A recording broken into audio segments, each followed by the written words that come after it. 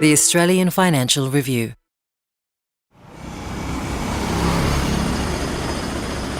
Deep in the heart of Sydney, something big is brewing. One of the world's most cutting-edge, low-carbon buildings is starting to rise out of the ground. And it's right next door to Sydney Central Railway Station. I think that what Atlassian has done has really set the bar high at a global level. When the tech giant Atlassian commissioned one of the world's most sustainable skyscrapers in downtown Sydney, they were trying to set an example for an industry that's responsible for close to 21% of global emissions.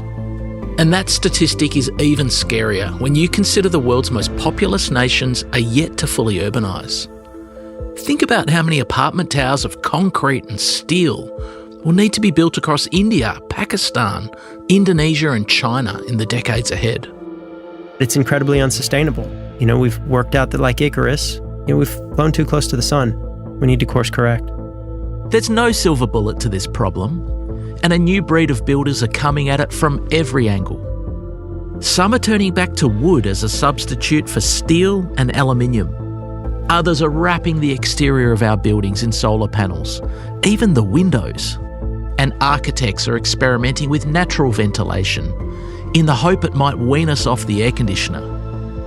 Today on Tech Zero, we'll take you around Australia to meet the people and the projects at the cutting edge of sustainable skyscrapers.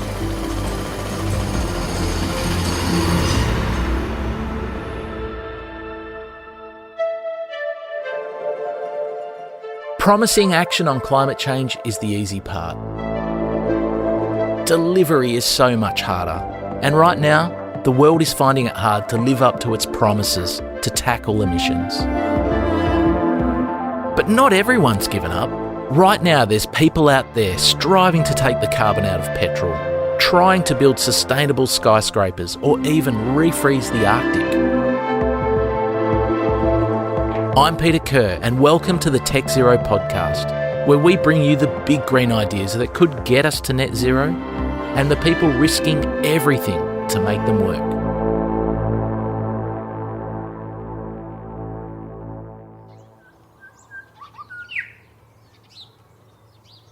Let's start our journey on the campus of Murdoch University in the southern suburbs of Perth. It's here that Victor Rosenberg has a very productive veggie patch. I ate the tomatoes and I ate the peas. The tomatoes were delicious. Victor's company ClearVue has been growing capsicums, tomatoes and peas inside a special greenhouse on campus for a few years now.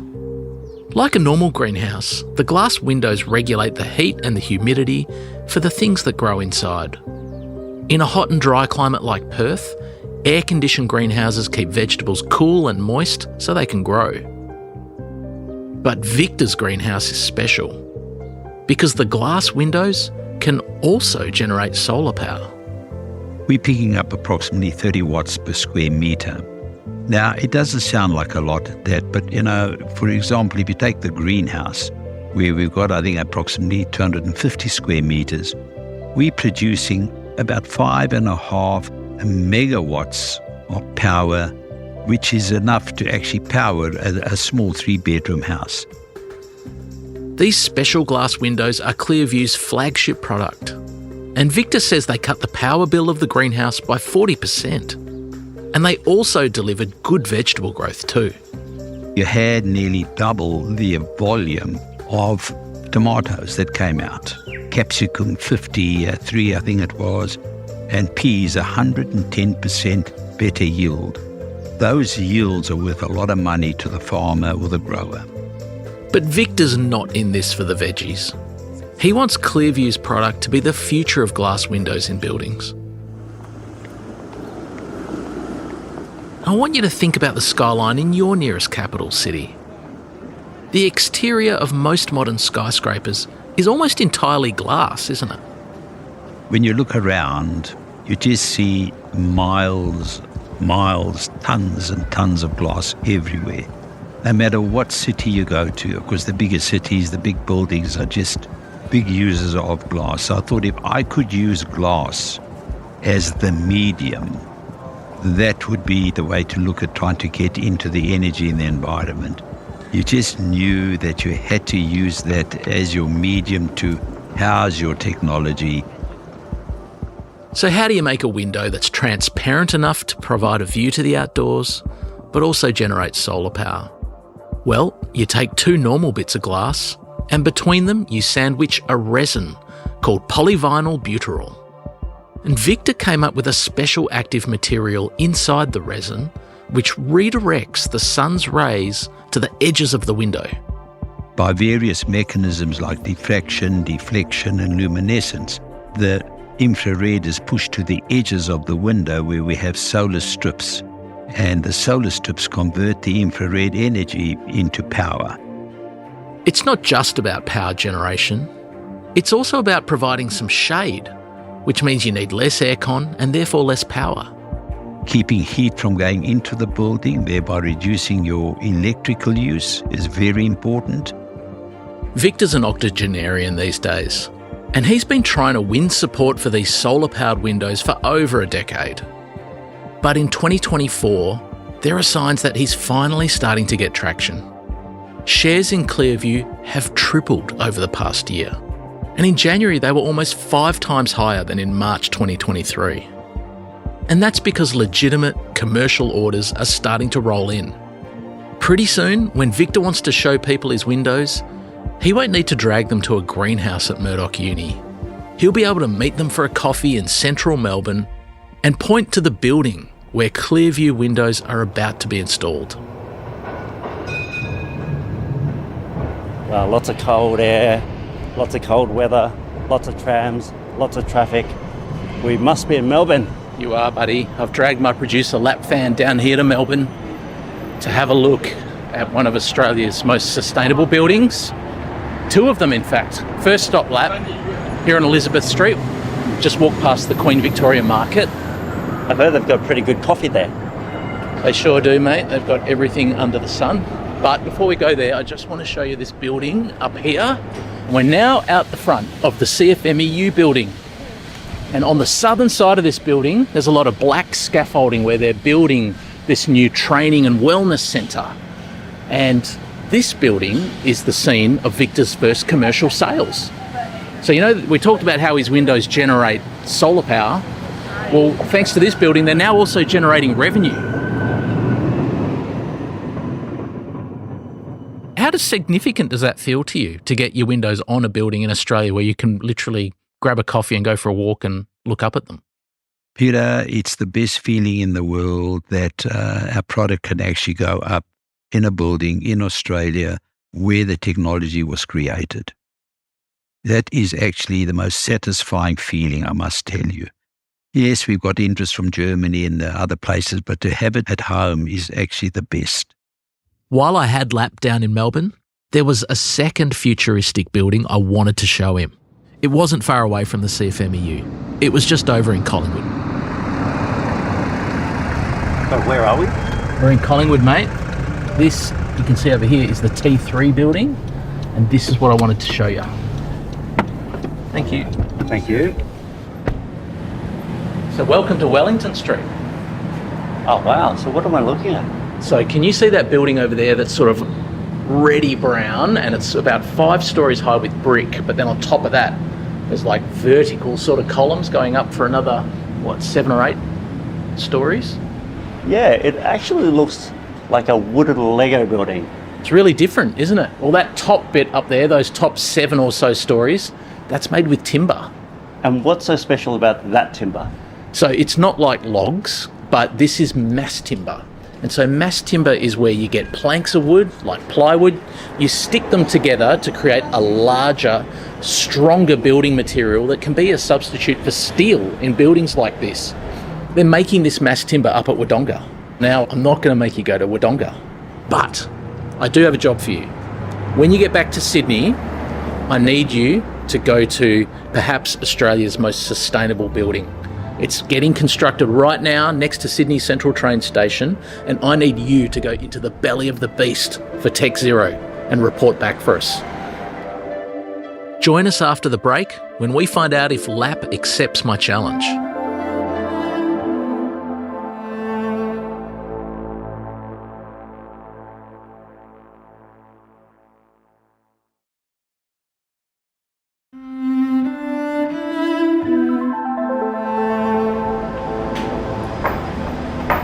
Okay, we're going into the belly of the beast. We'll just hang up here and they'll come out. Joe? Oh, great. Awesome. So I'm at Atlassian Central with the project manager, Whitney Force, and we're taking a tour sort of around the building right now. And it is noisy and it's hot and there are workers everywhere. So where are we now? What you can see here is we've dug down to the second basement level. And we started the core, the concrete core, which is now sitting up at upper ground floor level.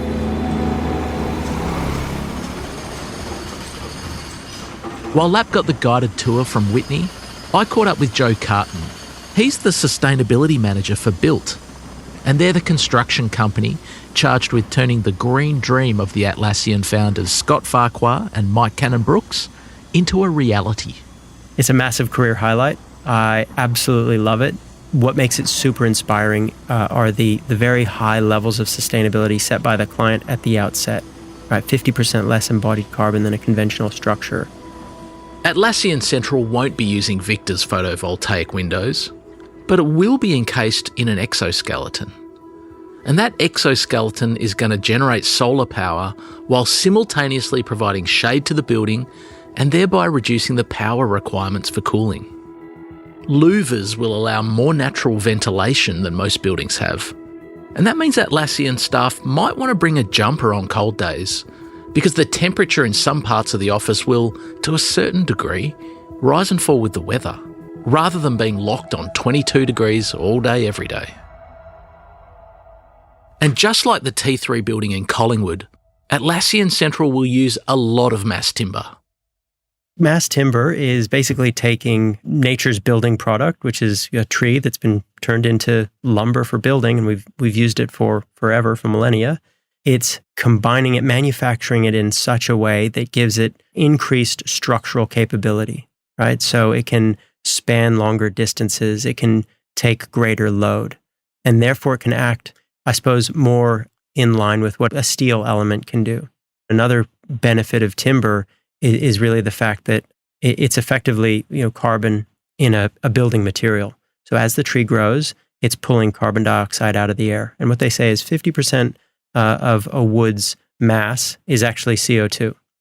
As it grows, it's locking carbon away, not to be released into the atmosphere until that timber either decomposes or is burned. And if you think about it, in a mass timber element in a building, they could have a lifespan of 50, 100, 200 years. So what we're doing is, through nature's processes, we're taking carbon dioxide out of the air and locking away in building materials.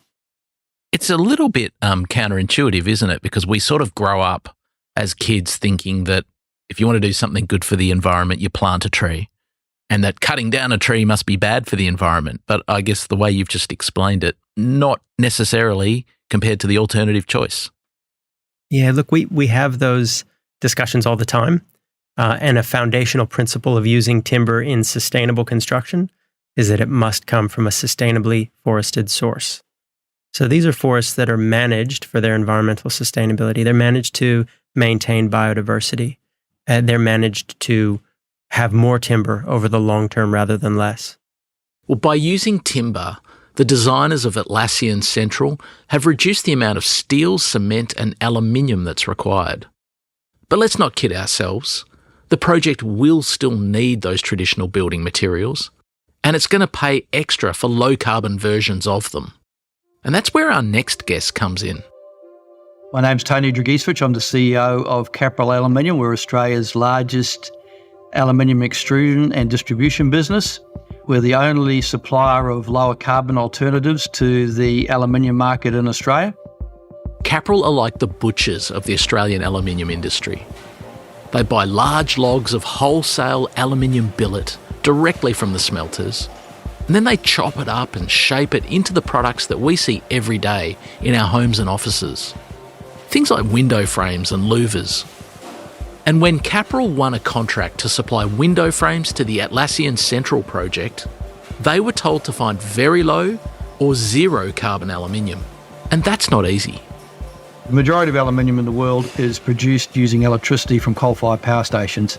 So that is, that's the low mark. And the smelters that we buy from in Australia use coal-fired power from their local power station. And the very lowest, which is almost a zero footprint, close to zero, is the product we buy from hydro smelters, which is the one that we have access to, is the one in New Zealand.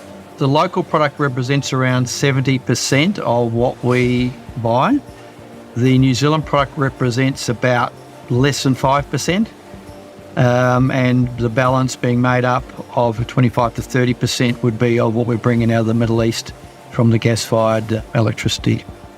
And are you seeing any sign of green premiums for low-carbon aluminium?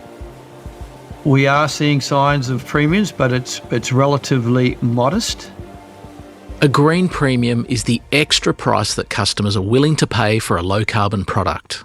Australia's nickel industry is on a downward spiral, and a growing number of companies are making the call to slash production. Mining giant BHP has flagged it may need to cut costs and write down the value of its Western Australian nickel division. The recent changes have put more than 1,000 jobs in the state on the chopping block. The concept has been in the news this year because Australian nickel miners have been complaining that they can't convince electric vehicle makers to pay a green premium for Australian nickel, which tends to have a smaller carbon footprint than Indonesian nickel. But in aluminium, green premiums are starting to emerge. The low-cal super green product has about a 5% premium, which that product comes out of the hydro-powered smelter in New Zealand. There are some customers that will pay that 5% premium. It's a very competitive market and customers don't like to pay any more than they need to. And Tony, is demand for the low-carbon aluminium that you buy out of New Zealand, which has almost zero carbon, would you say that's rising right now as we stand here in 2024 compared to, say, a year ago? Well, we've only just taken it to market in the last 9 months, really. It is growing in demand. We are seeing an uptake. It's not as probably rapid as what we would have first perceived, but it's certainly escalating quite rapidly. I would think that within a year or two, that I'd be very surprised if lower carbon aluminium doesn't make up close to 20% of our total volume. And do you have a gut feel or a forecast for the time frame by which low carbon products will become more than 50%? They'll become the majority of what you sell? I would say that we're looking at the turn of the decade. I would think 2030 is when we'll see a big uptake on that. That is the sort of the time frame that the local smelters are looking to have their green credentials, where the majority of their power will be sourced through renewables. Yeah, it's interesting because I guess it's something that could go both ways, isn't it? Like we could get to the point where the customers just demand it and they lead the charge, or it could be that the customer remains sort of oblivious to this topic and simply the smelters switch over and the customer just buys aluminium without thinking about whether it's low carbon or not. That's right.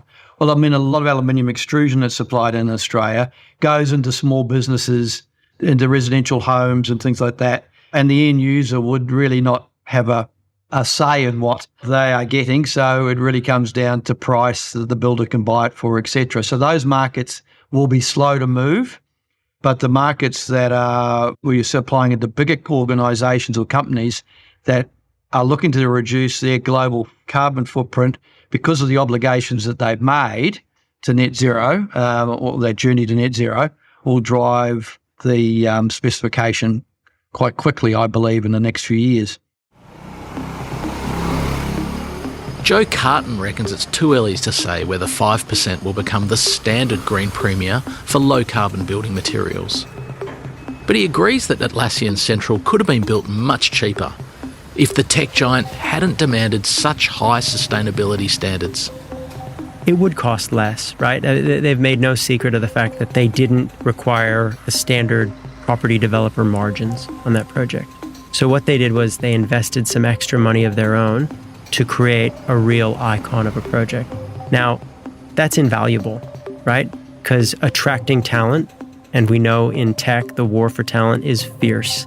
And Atlassian have since done their work from anywhere. So there are people on the team who are working from Germany or working from other places in the world, and that's cool by Atlassian. And what they were trying to do with the Atlassian Tower, I understand, is create a space where people come together, right? Create a really desirable place to work and learn.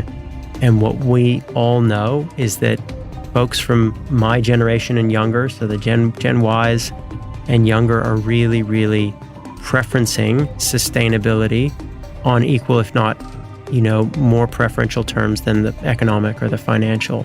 But the reality is, just building the cheapest building, it's not attractive, right? It's not going to get the right result. And then there was this period where it was just whack up the cheapest buildings you can for as little money as possible, maximize floor space, and we've moved away from that. We really have. Big cashed-up organisations like Atlassian and the CFMEU might be able to pay extra for sustainability, but not everyone can. I would say that to get to the level of sustainability aspirations set by the Atlassian team at the outset of that project, that is still an outlier. But one of the things that was an aspiration for that project was to create a lighthouse, to effectively change the standard that we'll accept for buildings. And, since 2020, when we first started hearing about that project and first got involved, embodied carbon has just become, a catch cry everywhere. This will definitely be a lighthouse by global standards. And now we're seeing clients come to us and say, we want that low carbon aluminium, for example, or we want to use timber on our project. Built's working on at least 5 projects using mass timber right now. And so it continues to grow. If we're honest, the most environmentally friendly corporate headquarters is the one in your home office. The work from home revolution means that lots of commutes can be avoided and fewer new buildings will be needed. And Atlassian's a really big believer in work from home. They've got this work from anywhere policy, and that has prompted many people to speculate that maybe that new building in Sydney might not be needed. But as we were making this episode in March 2024, Atlassian told me they were still expecting to move into Atlassian Central in 2027. And as Mike Cannon-Brookes explained on ABC TV a couple of years ago, they still think there's merit in having a head office, even in the age of working from home. The office has an incredibly important role to play in bringing people together to collaborate, and will continue to do so. In normal times, it's quite easy to travel to Adelaide or to Gippsland and back to Sydney for meetings. That doesn't mean you need to turn up to that office every single day if you don't choose to. So all we're saying at Atlassian in terms of our employee choice is, for some people, it is the best place to go to work and do it in an office. For other people, it may be the best choice to stay at home 5 days a week, or 2 days a week, or 3 days a week. We want to give individual choice at how they work best, how they perform, their best job, and also manage the team collaboration. Even though things are looking up for Victor with his rocketing share price and that order from the CFMEU, part of him still wonders if he needs to refocus ClearVue on the North American market. The big subsidies offered by the Inflation Reduction Act in the US is making it the place to be for anyone with a big green idea. But Australia hasn't lost Victor yet, and even though he isn't selling Windows to Atlassian Central, it's the kind of project that gives him hope. Does it give you encouragement to sort of see, that here in Australia, right next door to Sydney Central train station, that there now is a project that has the ambition of being the world's most sustainable and advanced building? Is that a sort of encouragement for you? Definitely. We want to see the whole pattern going that way, because we will have a role in any and most buildings that are going to go that way.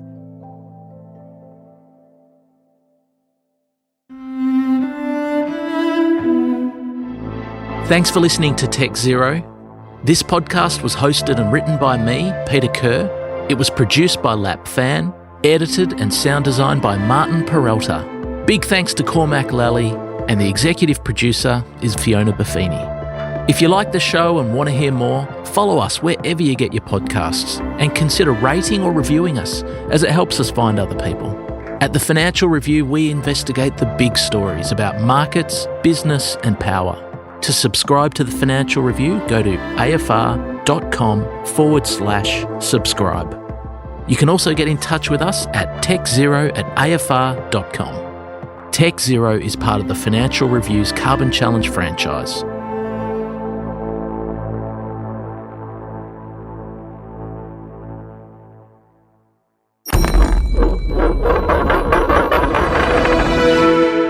The Australian Financial Review.